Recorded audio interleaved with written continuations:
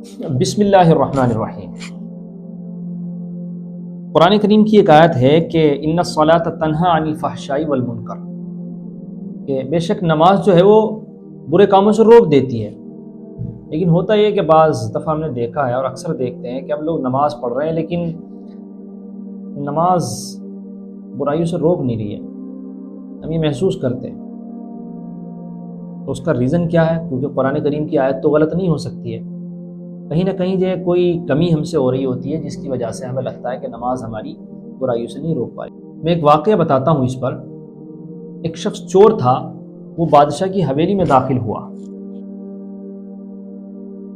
حویلی میں داخل ہونے کے بعد وہ کمرے کے ان کے قریب گیا بادشاہ کے، اور وہاں کان لگا کر کے اسے لگا کہ کوئی بات شاید بادشاہ اور ان کی اہلیہ کر رہی ہیں، تو اس نے کان لگا کر کے سننا شروع کیا کہ بادشاہ سلامت کہہ کیا رہے ہیں۔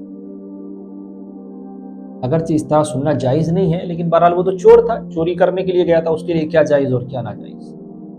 تو یہ شخص نے جب سنا تو بادشاہ کہہ رہا تھا کہ ہم اپنی بیٹیا کی جو شادی کریں گے، جب نکاح کریں گے تو وہ ایسے آدمی سے کرنا چاہتے ہیں کہ جو بہت زیادہ نیک ہو۔ تو اس نے دیکھا کہ بادشاہ چاہتا ہے کہ بیٹی کی شادی نیک سے کرنی ہے، تو کیوں نہ میں ہی کچھ ایسا نیک بن کر کے دکھاؤں۔ اس کی نیت اچھی نہیں تھی، یہ بہت گندا کام تھا۔ نیک بن کر کے دکھاؤں، نیک بنوں تو ہو سکتا ہے کہ لڑکی سے میری شادی ہو جائے، خوب مال مجھے مل جائے، کیونکہ بھائی بادشاہ کی بیٹی ہے، شہزادی ہے، ہو سکتا ہے محل ہی میں کہیں کچھ نہ کچھ مل جائے۔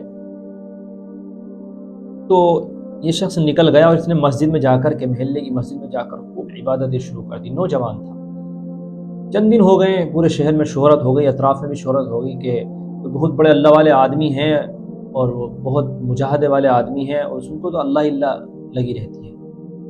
بہرحال یہ بات بادشاہ تک بھی پہنچی۔ بادشاہ نے فوراً وزیر سے کہا کہ دیکھ کہیں کیا معاملہ ہے، اور ہماری بیٹی جوان ہو گئی ہے، اگر وہ واقعتاً ہیں اس میں پورے اترے ہوئے ہیں، اور پورے اترے ہوئے کیا، جب سارے شہر میں یہ بات گشت کرنے لگی کہ جو آدمی مہینوں سے عبادت میں لگا ہوا ہے، مسجد میں ہی رہتا ہے، اعتکاف کرتا ہے، تو بادشاہ نے کہا کہ جاؤ ان کو پیش کرو، ان سے کہو کہ بیٹیا کا نکاح ہونا ہے، آپ کے ساتھ کرنا چاہتے ہیں بادشاہ۔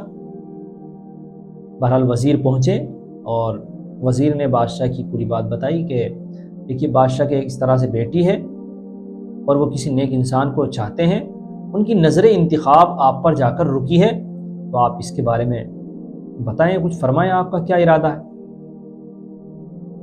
اس پر وہ شخص بہت رونے لگا، وہ چور جو تھا وہ بہت رونے لگا۔ پوچھا کیا وجہ ہے؟ وزیر نے پوچھا کیا وجہ ہے ایسی، آپ کیوں رو رہے ہیں، کیا ہوا ہے؟ اس پر نے کہا کہ دیکھیے وزیر صاحب، میں ایک چور ہوں، میں کوئی اللہ والا نہیں ہوں، میں ایک چور ہوں، اور میں نے اس طرح سے بادشاہ کی یہ بات سنی تھی، تب سے میں نے سوچا تھا کہ میں اللہ کے یہاں دربار میں حاضر رہوں گا اور باہر کی دنیا سے کٹ کر رہوں گا اور عبادتوں میں لگا رہوں گا، جس سے ایسا لگے گا کہ میں نیک بن گیا ہوں، تو پھر بادشاہ اپنی بیٹی کی شادی مجھ سے کر دیں گے، لہٰذا میں یہ شادی نہیں کر سکتا ہوں، میری نیت اچھی نہیں تھی۔ لیکن آپ دیکھیے کہ جب نمازیں برابر ہوتی رہی، تہجد ہوتی رہی، تکبیر اولیٰ کے ساتھ ہوتی رہی، جو انسان مسجد ہی کے اندر رہا، جماعت کے ساتھ نماز ہوتی رہی، اوراد و وظائف ہوتے رہے، اللہ کا ذکر ہوتا رہا، تو ایک خراب نیت سے مسجد میں جانے والا انسان بھی اچھا انسان بن گیا، وہ چور سے سچا انسان بن گیا، اور اس نے فوراً اپنی غلطی کا اقرار کیا اور کہا کہ میں یہ شادی نہیں کر سکتا۔ تو دیکھیے کس طریقے سے جب نماز ہوئی، جب عبادت ہوئی، جب ذکر ہوا، جب تلاوت ہوئی، تو پھر انہوں نے اس کو برائیوں سے روکا اور اس کو ایک پاک اور صاف اور سچا انسان بنا دیا، اور وہ اس وقت تک بہت بڑا اللہ والا بن چکا تھا۔ تو نمازیں بے شک برائیوں سے روکتی ہیں، لیکن نمازوں کو خیالوں سے پاک کرنے کی ضرورت ہے، نمازوں کو وہموں سے پاک کرنے کی ضرورت ہے۔